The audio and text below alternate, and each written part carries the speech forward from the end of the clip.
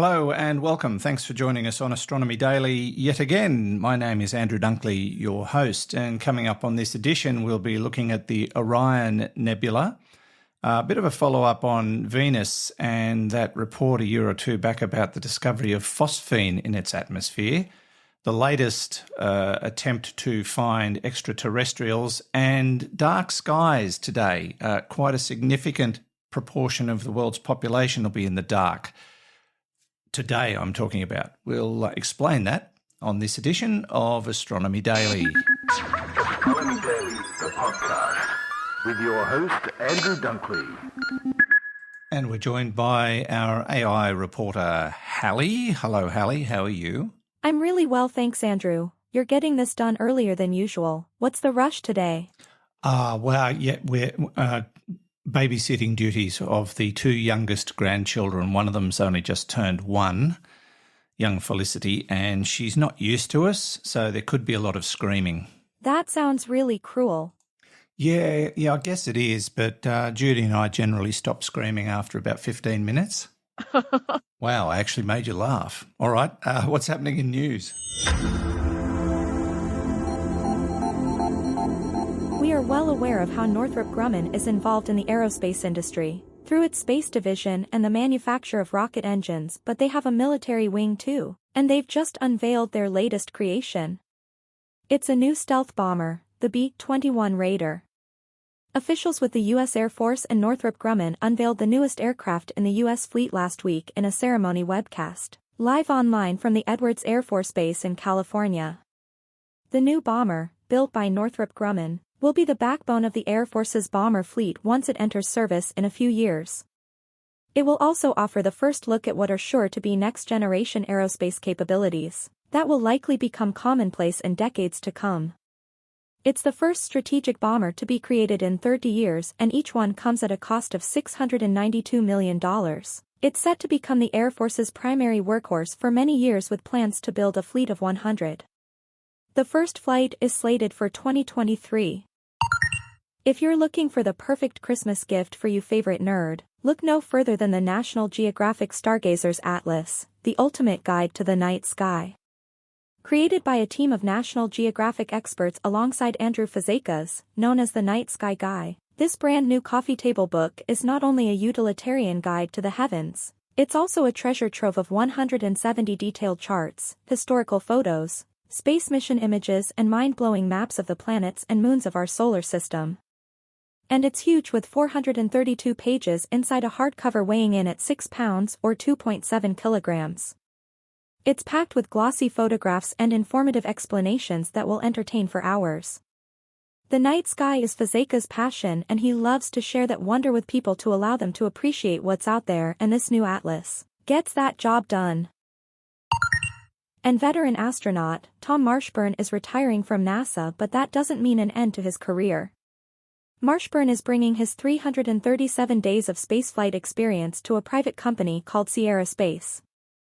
Marshburn flew to the International Space Station, ISS, 3 separate times, in 2009, 2012 to 2013 and 2021 to 2022. He rode to and from the ISS on a different vehicle each time, making orbital journeys aboard NASA's Space Shuttle, a Russian Soyuz, and a SpaceX Crew Dragon. The former flight surgeon announced his retirement from NASA on Thursday. Marshburn is moving on to Sierra Space. He will be Chief Medical Officer for its Human Spaceflight Center and Astronaut Training Academy, as the company continues designing a NASA-funded space station. Sierra Space is working to position its Dream Chaser spacecraft for contracted NASA cargo missions to the ISS, along with military cargo flights. Marshburn was with NASA for 28 years, serving for a decade as a flight surgeon and for 18 years as an astronaut. That's the latest, Andrew. Thank you, Hallie. We'll catch up with you at the end of the show. Well, I don't doubt that you have heard of the Orion Nebula. It's the closest star-forming region to Earth, and it's located within the constellation of Orion, which is named after the Greek mythological hunter who was killed by the sting of a scorpion.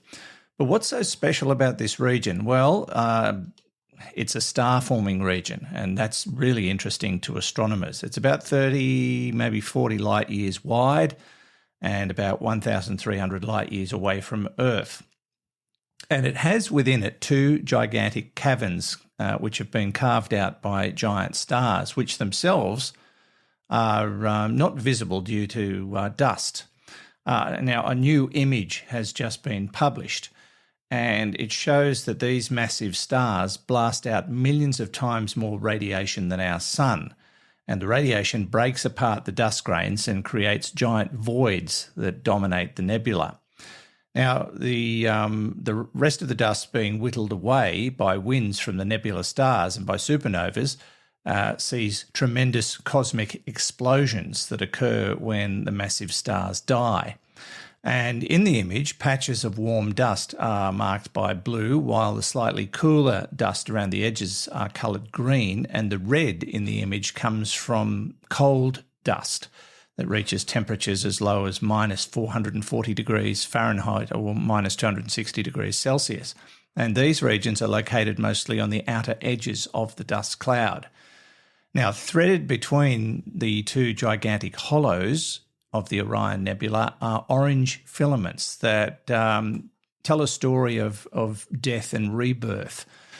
Within these filaments is material from supernovae blasts that could coalesce into the next generation of massive stars, according to NASA officials who've reported this in a statement.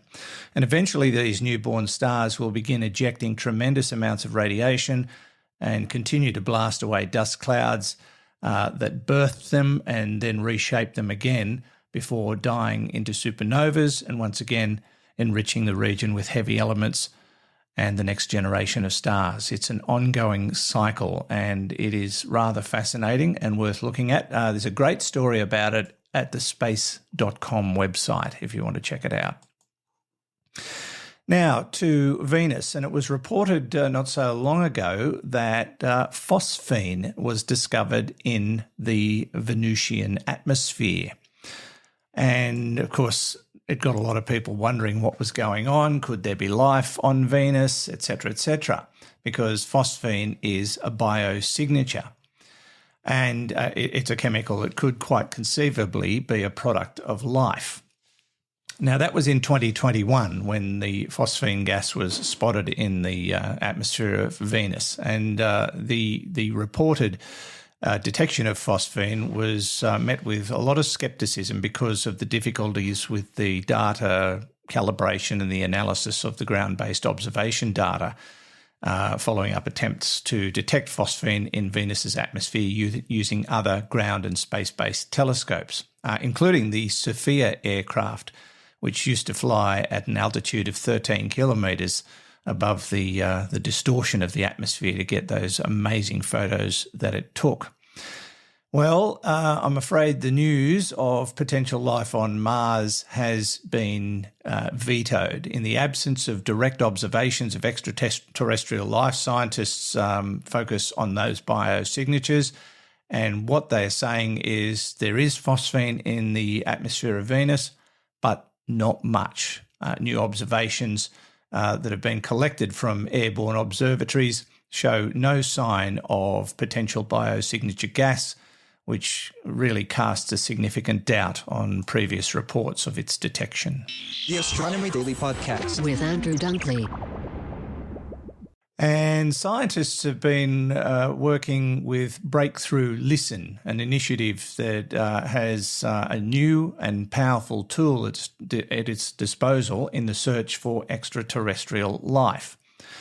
This new instrument it will be integrated into the Southern Hemisphere's largest radio telescope, and it'll give it the capabilities to detect techno-signatures of extraterrestrial life, significantly widening the net in the search for, well, we call it alien life. It won't be alien to them.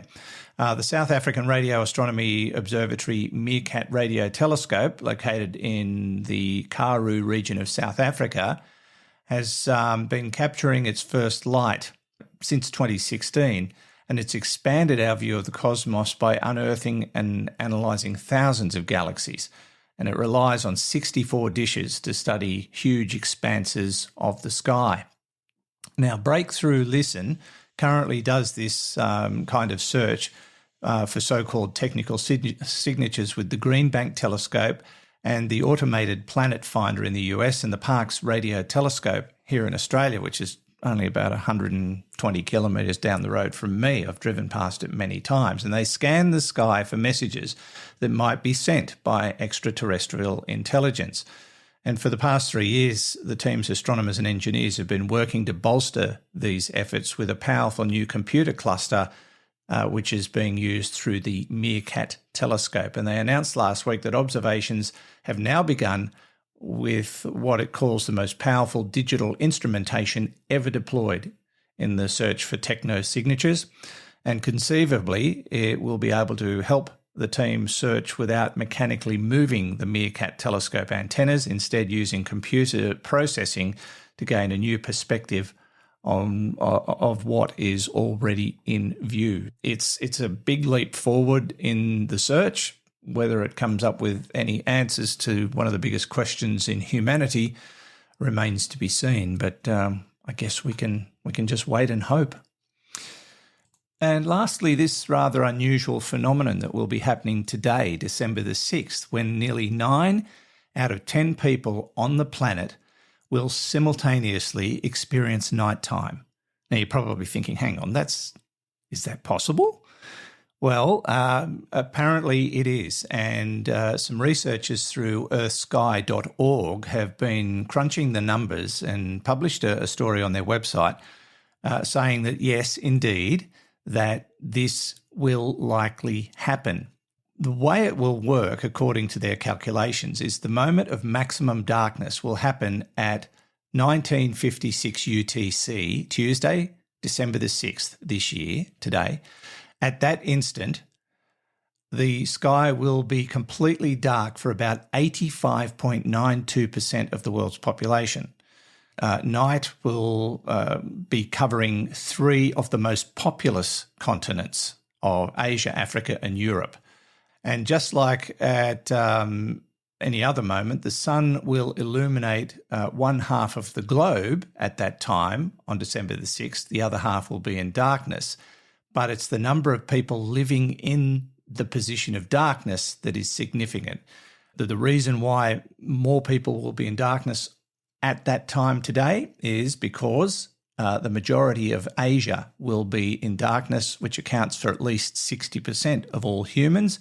Add to that the other 2 continental masses, and you get nearly 90% of the world's population in darkness for a brief time today. It's fascinating. It won't be in Australia, just in case you're wondering. We will be in absolute bright light at the same time.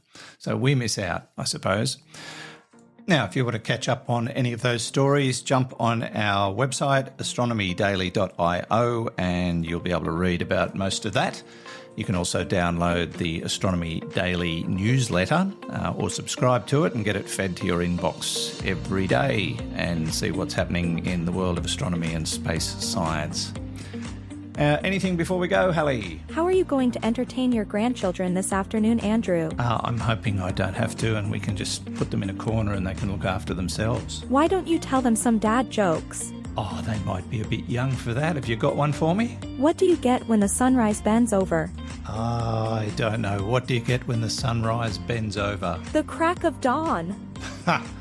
If I tell my grandchildren that, we may never be babysitting them again. Thanks, Hallie. See ya. Bye. Until next time, this is Andrew Dunkley for Astronomy Daily.